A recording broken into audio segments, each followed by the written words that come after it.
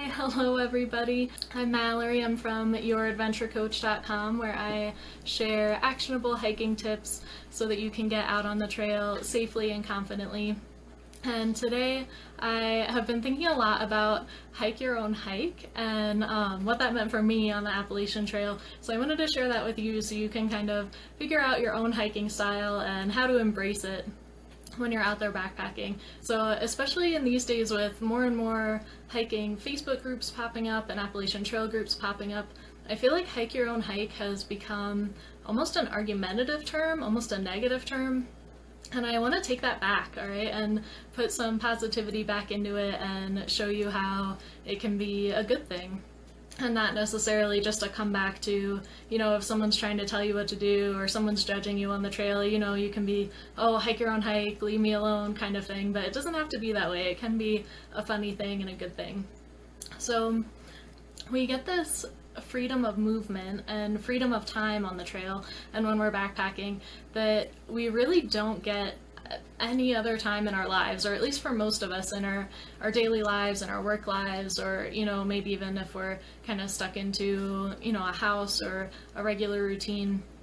But then when we get out on the trail, you can literally do whatever you want when you want, and you need to embrace that, all right? And don't let anybody else tell you that you're doing it wrong or you're hiking wrong.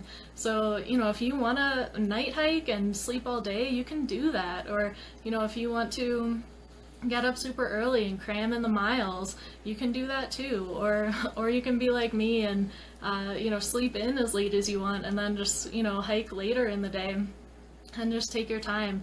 But that's how I got voted the laziest hiker on the AT in 2013. It was pretty funny. I came into a shelter one night and it was kind of late. It was like 8 p.m., which is, for hikers pretty late. Everyone had already had their dinner. They were setting up their sleeping bags and kind of getting ready for bed. And I come strolling in right off the trail and some guys were like, "Oh, we were just talking about you." And I was like, "Really? Why?" And they were like, "Yeah, we just voted you the laziest hiker." And they were all cracking up. But I was like, I'm doing the same miles as you guys, this had been my trail family, these people I had been camping out with almost every night, we had been kind of shelter hopping together. And so I was like, how am I the laziest hiker if I'm hiking the same as you? And they said, though, that every time they saw me, I was like sleeping, napping on the top of a mountain, or, I was usually the last to leave camp or almost last to leave camp in the morning. I left pretty late and, and then always last to get into camp. So that made me the laziest hiker on the AT, and I did. I had a very relaxed style. I was definitely not about the speed and not about cramming in the miles, and that's fine. That worked for me. That was something that I felt good about. So you have to find that for yourself and just embrace it. Just do it. Once you find your routine, try to stick to it. It's really hard on these long distance hikes, and especially if you go during the peak season when you're around a lot of other hikers, it's hard to get sucked into this kind of group mentality or get peer pressured into staying in towns longer.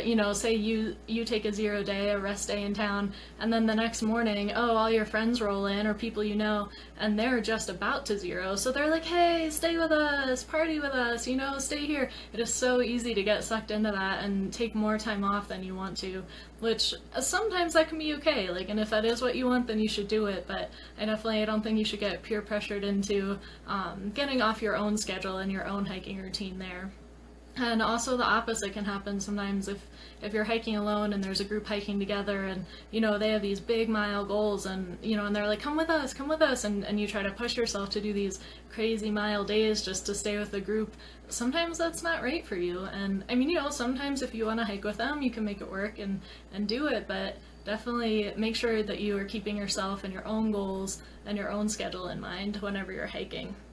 So definitely tag a buddy in if you have someone or know someone, a hiking buddy that has a funny hiking style, or someone that who embraces hike your own hike in a truly positive way. That would be great. Make sure to share it, and for now, that's all. So until next time, happy hiking.